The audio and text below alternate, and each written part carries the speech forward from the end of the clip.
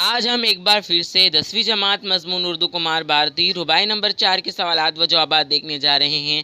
ٹیلی gram کو ضرور join کرنا۔ پہلا سوال، شاعر کے مخاطب کی نشاندہی کیجیے۔ جواب، شاعر کے مخاطب اس کے پرانے ہم نو اور احباب ہیں جو زمانے کا سرد و گرم چکھے ہوئے ہیں اور جو نئی نسلوں کی دعوت عمل دینے کا مجاز رکھتے ہیں۔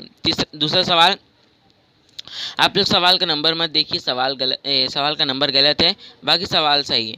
منزل بھیک میں نہیں ملتی کوشش سے ملتی ہے، اس مفہوم والے مصرے کو نقل کیجیے۔ جواب، منزل بھیک میں نہیں ملتی کوشش سے ملتی ہے، اس مفہوم والا مصرع تم آگے شبستہ میں سحر کیا دو گے۔ اگلا سوال آپ کو دیا ہوا ہے کہ اس کے مفہوم کو واضح کرنا تھا آپ لوگوں کو۔ سوز جگر، اس کا مفہوم لکھنا ہے۔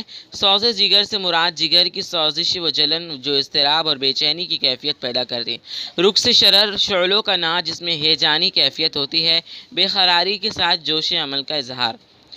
اب اگلا دیا شبستہ، بادشاہوں کے سونے کے کمرے جو عیش و آرام اور تکلفات سے مزین ہوں، جن میں پڑھ کر آدمی بے عمل ہو جاتا ہے۔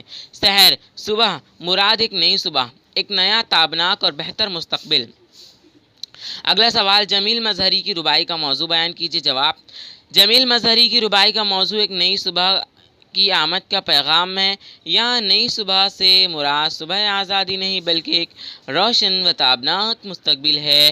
اس رباعی میں شاعر اپنے دوستوں سے درخواست کر رہا ہے کہ وہ اپنے دلوں میں ایک بہتر اور پرسکون مستقبل کی تمنا رکھیں، اپنے دل کی صبح نو کی تلاش کے جذبے سے معمور رکھیں۔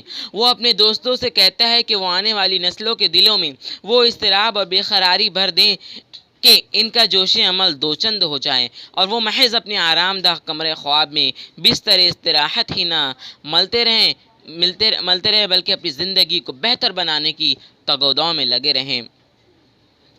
تو ویڈیو اچھی لگی ہو تو لائک کرنا، چینل پر نئے تو سبسکرائب کرنا اور ٹیلی گرام گروپ کو ضرور جوائن کرنا۔ بائے۔